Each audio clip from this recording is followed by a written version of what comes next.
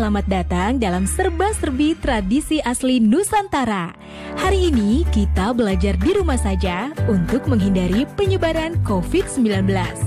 Ayo siapkan alat tulismu untuk menjawab pertanyaan mengenai tradisi kain tenun sengkang. Nanti kerjakan tugas ini dengan bimbingan guru atau orang tuamu. Sekarang mari kita simak tradisi kain tenun sengkang selengkapnya.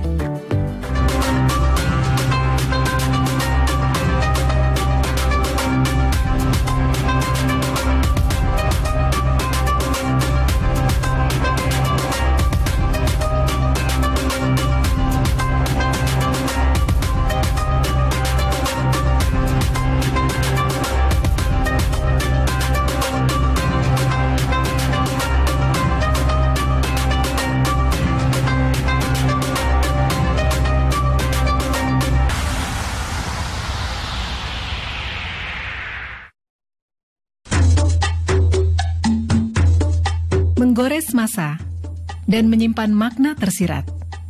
Saatnya kita kembali menengok warisan kekayaan Nusantara dari para leluhur. Salah satu warisan leluhur yang masih terjaga sampai saat ini dapat kita saksikan di kota Sengkang, sebuah kota di Kabupaten Wajo, Sulawesi Selatan. Secara sosiologis dan budaya, Kabupaten Wajo memiliki kekayaan budaya dan kekayaan alam yang menakjubkan. Di daerah ini ada Danau Tempe yang dikenal sebagai penghasil ikan air tawar.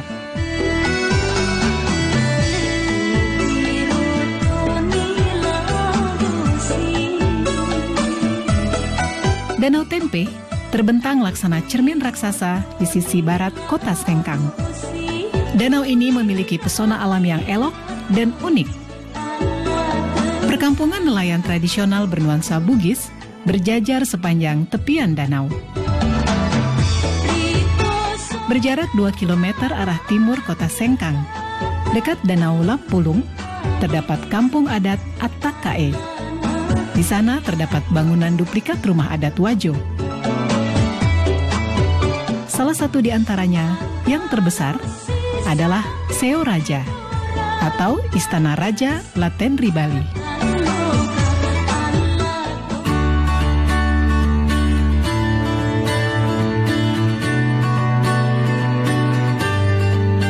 Ada yang khas dari masyarakat Bugis sebagai suku asli yang mendiami wilayah Kabupaten Wajo, yaitu keberadaan kain tenun sutra Sengkang.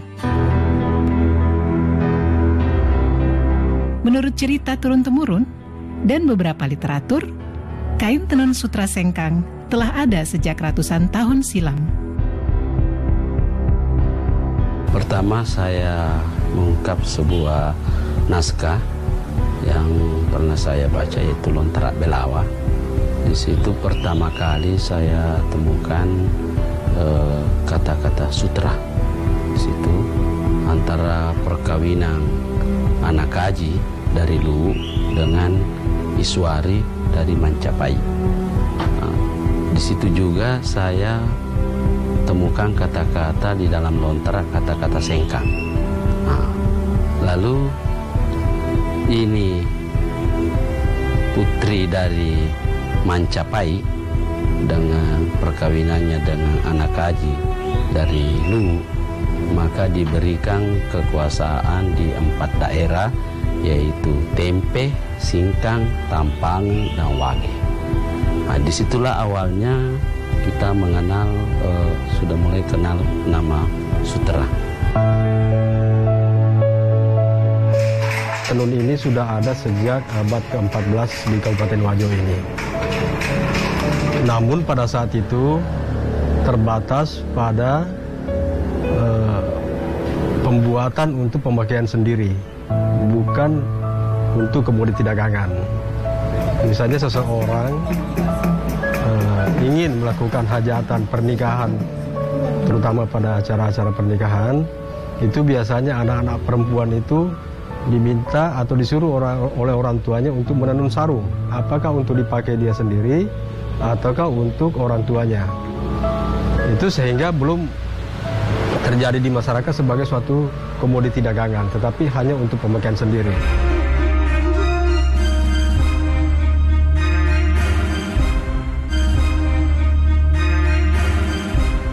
Sejarah tentang tenun sutra sengkang tidak dapat dipisahkan dari peran perempuan Bugis dalam keluarga. Orang tua suku Bugis di zaman dulu menjadikan tenun sutra sebagai salah satu cara dalam mendidik anak perempuan mereka. Nah, salah satu cara untuk mendidik anak-anak perempuan di zaman dulu agar supaya perempuan-perempuan ini bisa menjaga diri, terhindar daripada hal-hal negatif, sehingga lebih banyak dianjurkan atau disuruh oleh orang tuanya untuk tinggal di rumah untuk menenun. Nah, sehingga akhirnya menjadi suatu tradisi dan budaya pada masyarakat Bugis, khususnya di Kabupaten Wajo ini, setiap anak perempuan harus pandai menenun. Dalam bahasa lokal, yaitu Bugis, sutra disebut dengan sabbe. Menengok ke masa yang lalu, aktivitas masyarakat Wajo dalam mengelola sutra sudah dilakukan secara turun-temurun, baik dalam skala industri rumah tangga maupun industri menengah.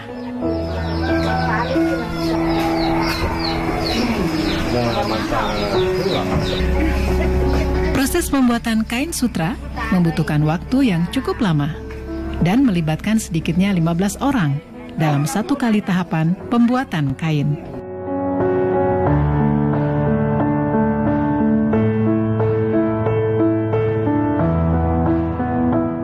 Sebelum menjadi benang sutra, ada proses yang cukup panjang yang dimulai dari peternakan ulat sutra.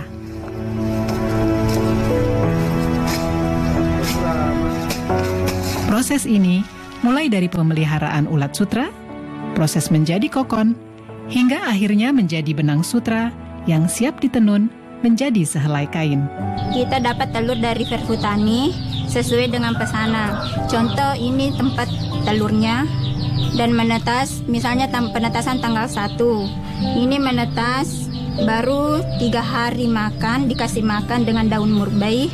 Ada memang khusus daun murbei itu. Baru 3 hari makan, baru ada instar pertama, artinya tidur. Instar pertama itu 2 kali 24 jam. Ulatnya tidur itu tidak makan.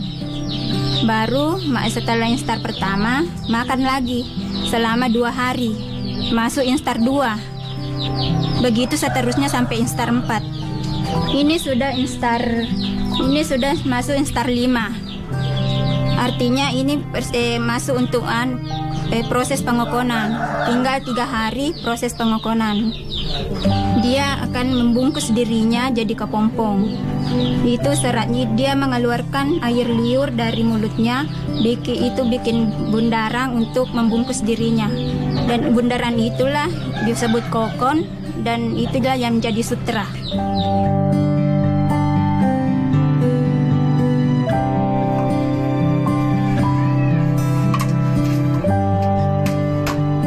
Dalam proses pembuatan benang sutra menjadi kain sarung sutra, masyarakat pada umumnya masih menggunakan peralatan tenun tradisional, yaitu alat tenun gedogan atau masyarakat Sengkang menyebutnya alat tenun walidah.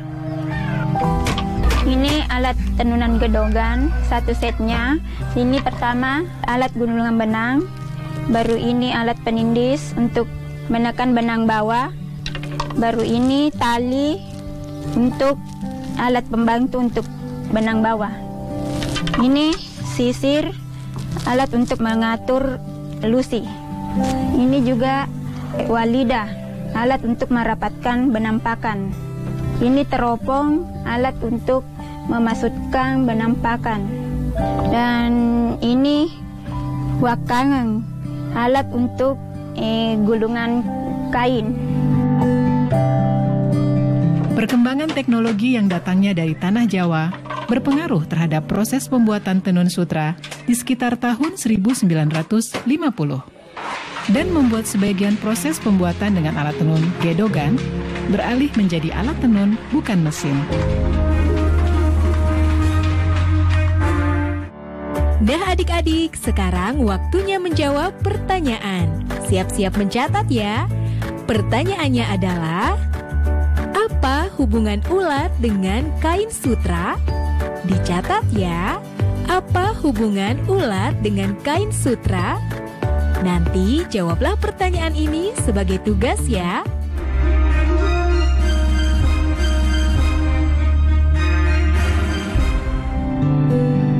Keberadaan kain tenun sutra sengkang tidak dapat dipisahkan dari kehidupan sehari-hari masyarakat Wajo.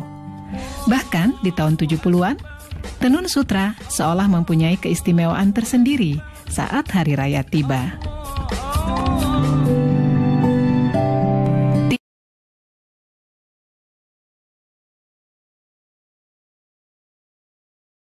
Tidak hanya itu, sutra sengkang mempunyai nilai simbolik yang sangat tinggi dalam menerjemahkan hubungan suami istri dalam kehidupan masyarakat Wajo.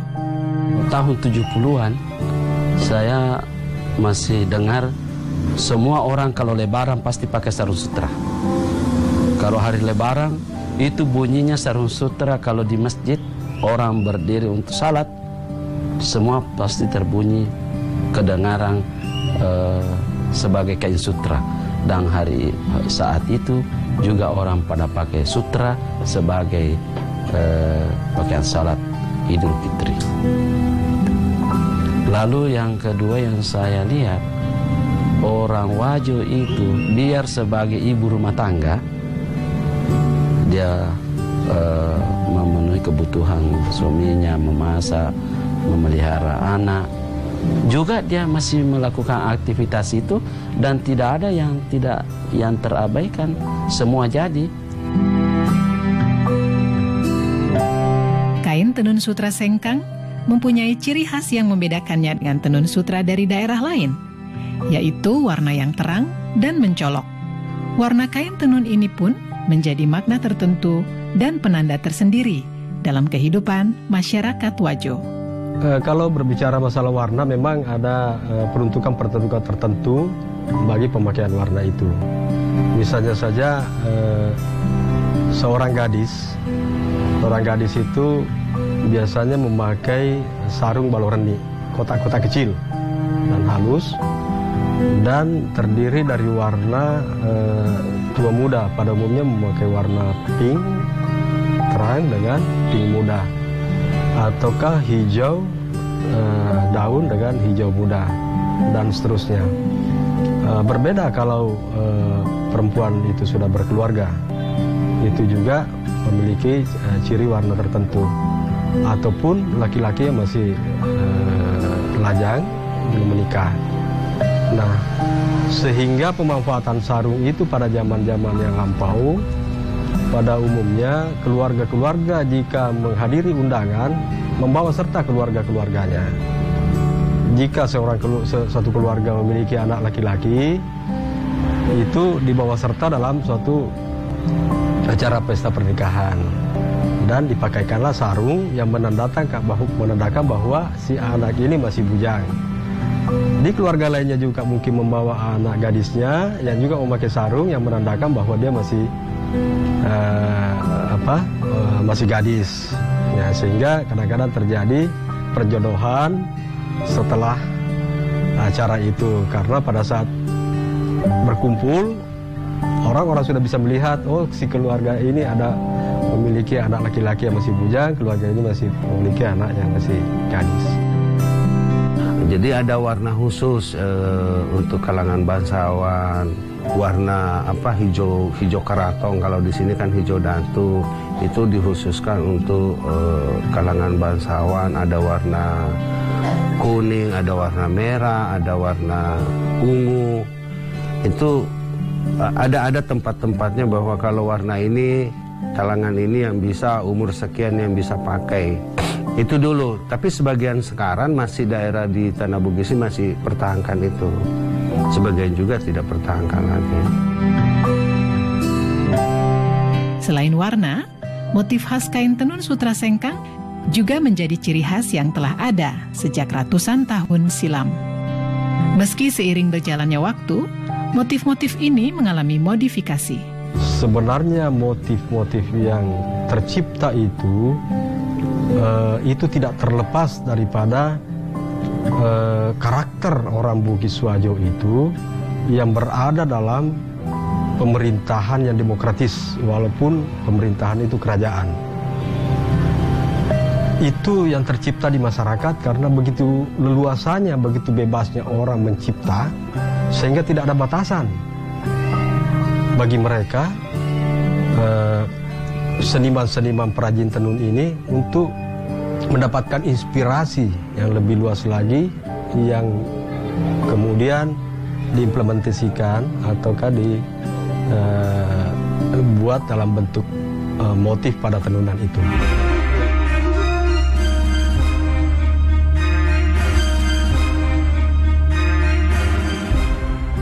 Selain motif-motif yang memiliki filosofi yang syarat dengan adat istiadat, ada juga motif lagosi yang beberapa tahun belakangan mempunyai tempat istimewa bagi para pecinta kain tenun sutra Sengkang. Motif lagosi diibaratkan sebagai perlambang cinta dan harga diri seorang perempuan Bugis. Motif lagosi itu terjadi sekitar tahun 1930. Ketika itu secara besar-besaran masyarakat Wajo, kaum lelakinya itu banyak yang merantau, seperti misalnya ke Malaysia, ke Sumatera, di Kalimantan, dan daerah-daerah lainnya. Nah, sehingga perempuan-perempuan yang ditinggal oleh suami untuk menjaga diri itu melakukan aktivitasnya kebanyakan di rumah dengan menenun. Dari situlah kemudian muncul inspirasi, kerinduan mereka akan kembalinya sang suami, maka ditenunlah motif-motif lagosi itu yang berbentuk setangkai kembang. Itu perlambang cinta yang terus dijaga, sekalipun bertahun-tahun ditinggal oleh suami. Menjaga kesucian, menjaga harga diri seorang perempuan, saya kira di seluruh Indonesia adalah harga mati juga. Usaha tenun sutra tidak dapat terlepas dari kehidupan masyarakat Wajo, karena hampir 15% masyarakat Wajo terlibat dalam proses pembuatan tenun sutra. Tantangan yang dihadapi adalah menurunnya produksi benang sutra, baik dari segi kuantitas maupun kualitas. 10 tahun yang lalu itu kan produk benang sutra lokal melimpah. Sampai Wajo bisa produksi kain itu 2 juta meter per tahun. Itu cerita 10 tahun yang lalu. Nah, sampai awal 2010 kemarin, produk benang sutra lokal menurun. Nah itu sampai sekarang awal tahun 18 baru ada kayak signal, karena bibitnya yang dipelihara oleh petani sutra itu tidak berkualitas kayak seperti tahun yang lalu. Nah, kita kemarin mencoba mendatangkan telur impor.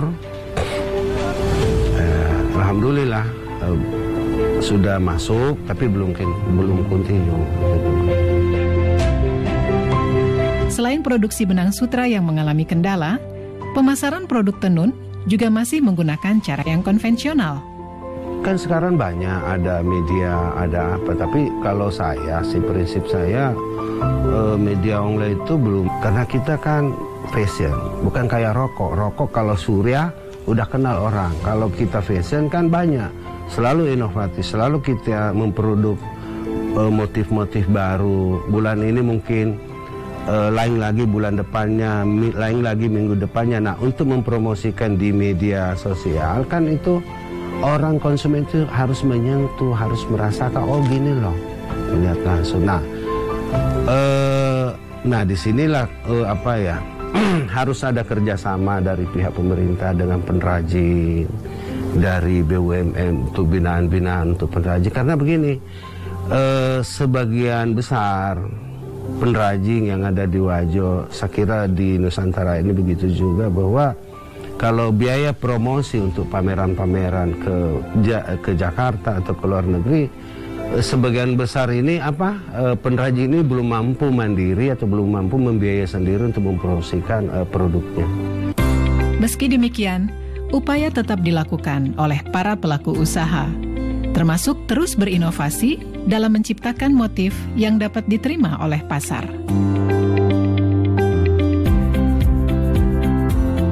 Satu hal yang masih sangat melegakan dan menyisakan harapan besar, bahwa sampai saat ini, masyarakat Wajo, baik generasi tua maupun muda, sebagai pewaris kekayaan Nusantara ini, masih sangat mencintai dan menjadikan sutra sengkang sebagai bagian yang tak dapat dipisahkan dalam kehidupan mereka sampai kapanpun.